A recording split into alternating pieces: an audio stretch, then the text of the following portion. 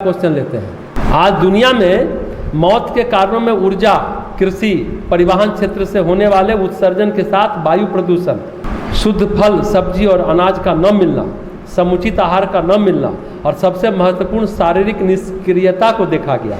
हमें इन बिंदुओं को समझना है ताकि हम खुद और अपने आसपास बदलाव लाने का प्रयास कर सकें, क्योंकि पर्यावरण संरक्षण से हम लाखों जाने बचा सकते हैं। क्या तरीका अपनाएं, आप मार्गदर्शन दें। दो बातें। पहली बात, हमें खुद का खान पान और अपने घर का खान पान सही करना चाहिए। आज भी ये बात हम कह सकते हैं, पिज्ज़ा से बासी रोटी अच्छी है?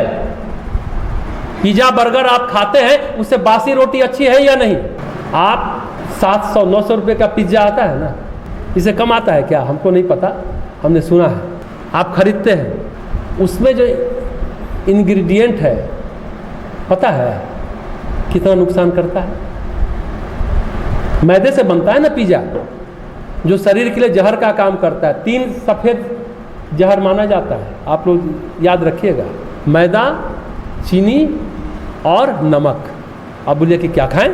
चीनी की जगह आप ताल मिश्री खाइए, 50-100 रुपया बजट आपके घर का बढ़ जाएगा। ताल मिश्री खाइए या गुड़ खाइए, भुर्रा बोलते हैं उसको, वो खाइए। चीनी मत खाइए, केमिकल है उस पर कोटेड, वो आपको कैंसर करेगा चीनी। और नमक, सफ़ेद नमक भी जहर है, उसके जगह सेंधा नमक खाइए।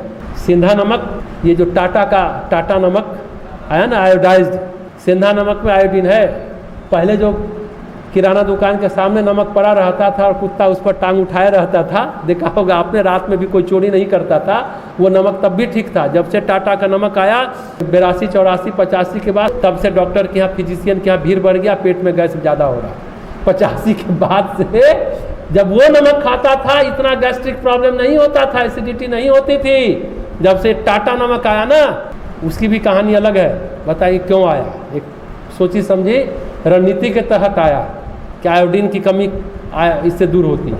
सेंधा नमक खाइए, सेंधव लवण प्राकृतिक है, उसको खाइए, ठीक हो जाएगा। खैर, ये पिज्ज़ा शरीर में जहर का काम करता है।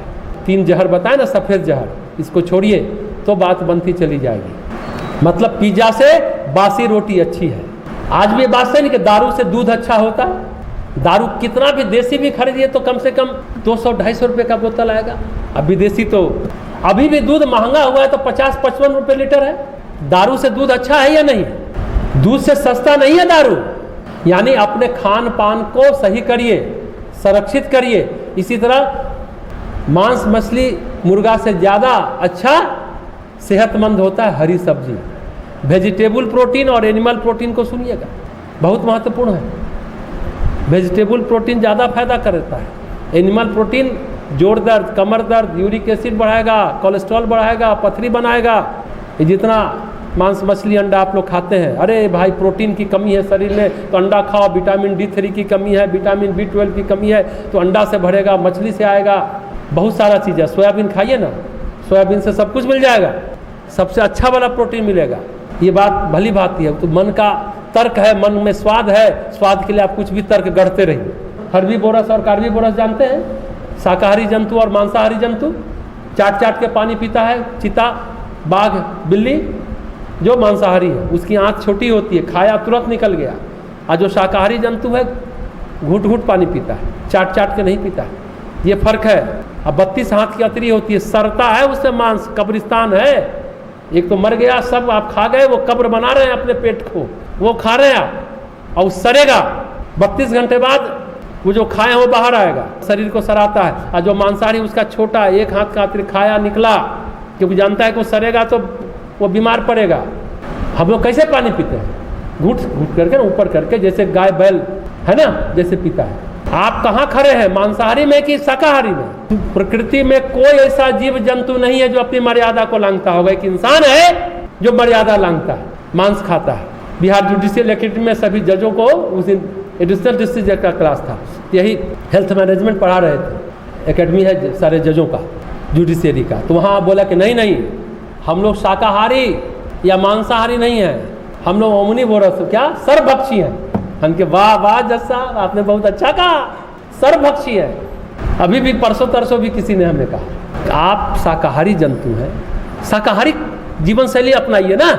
ये पर्यावरण जो बढ़ता है, आपको पता है, जितना फ्रीज करके फ्रोजन जो सारा मीट होता है ना, यहाँ से अमेरिका गया, वहाँ 1-1, 2-2 महीना, 6-6 महीना रखा, वो फ्रीज जितना कार्बन उत्सर्जन करता है, जितना पर्यावरण को प्रदूषित करता है। मांसाहार एक बहुत बड़ा कारण है पर्यावरण प्रदूषण के लिए। ये इनडायरेक्टली, डायरेक्टली नहीं समझ में, डायरेक्टली धुआं हो गया, गाड़ी से धुआं निकल रहा है, कोई पत्ता जला रहा है, प्लास्टिक जला रहा है तो प्रत्यक्ष दिखता है। लेकिन इनडायरेक्ट प्रदूषण ये फ्रिज, रेफ्रिजरेटर, ये एयर कंडीशन बहुत ज़्यादा फैला रहा है, पर्यावरण को असंतुलित कर रहा है, प्रदूषित कर रहा है। तो अगर आप इसको, खान पान पर्यावरण संरक्षण का एक बहुत बड़ा अंग है, इसको इस तरीके से कोई नहीं सोचा होगा। लेकिन आपका आंतरिक पर्यावरण क्या है? शरीर के कोशिकाओं के पर्यावरण को वो सही रखता है, आंतरिक पर्यावरण को, आपके अंग अवयव को सही रखेगा। नॉनवेज की बात तो हमने आपको कर दी।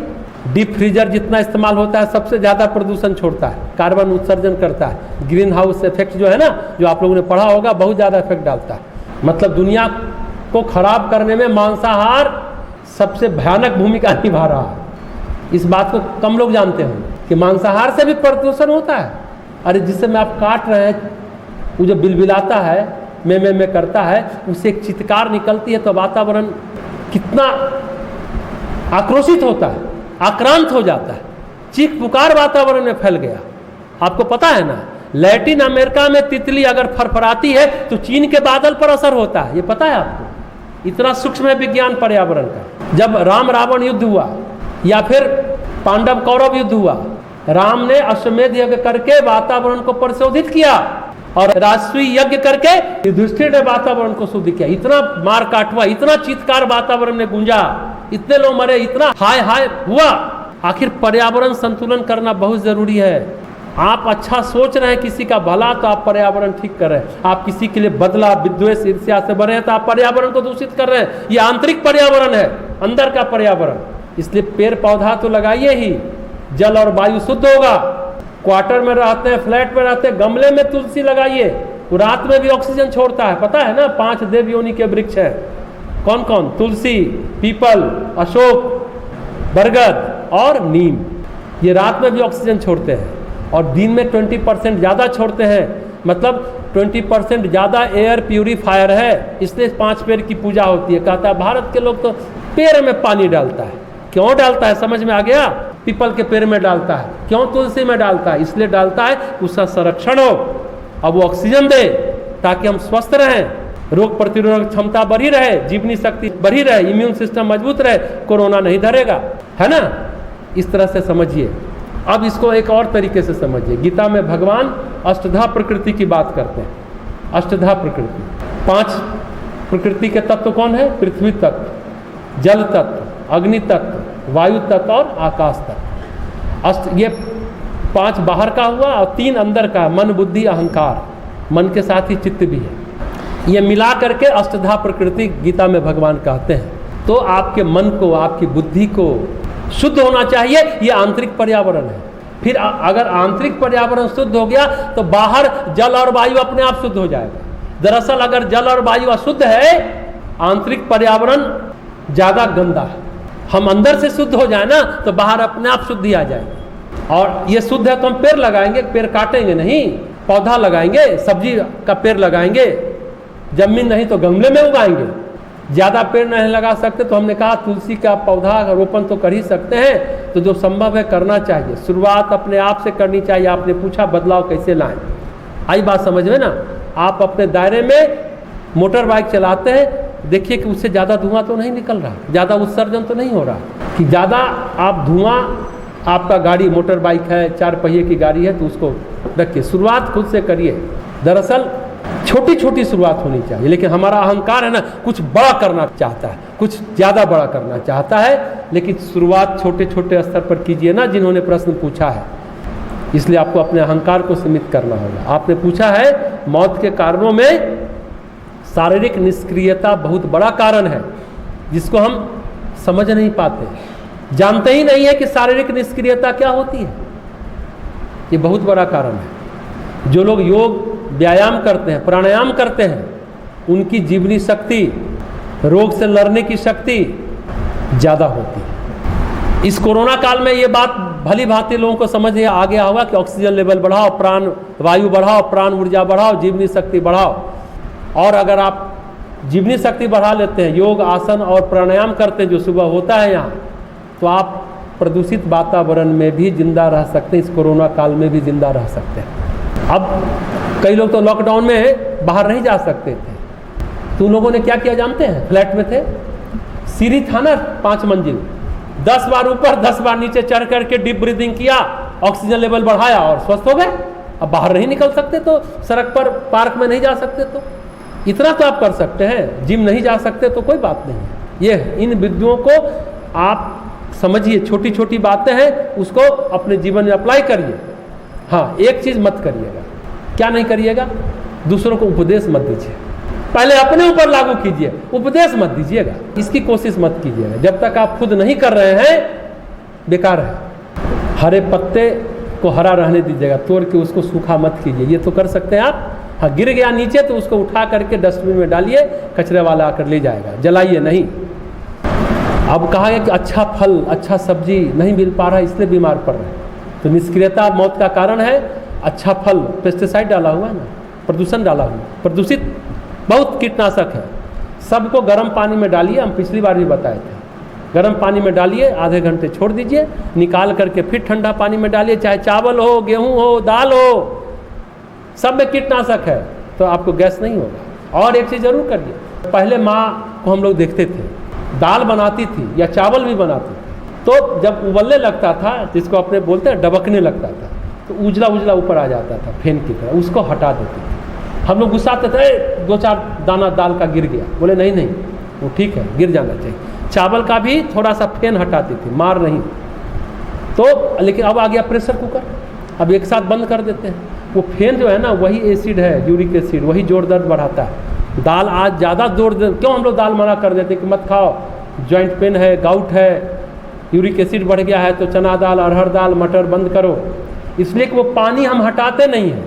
कुकर में भी डालिए, जब उबलने लगे ना तो पानी को निकाल दीजिए और फिर कुकर को बंद कर दीजिए, तो आप एसिडिटी से बचेंगे। माताएं बहनें जो भूल गई हैं, इस काम को करिएगा।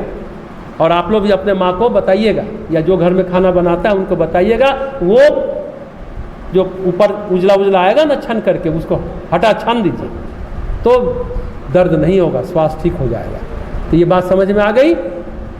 गर्म पानी में धो दीजिए तो मिनिमम नुकसान होगा, नुकसान तो थोड़ा रह ही जाता है।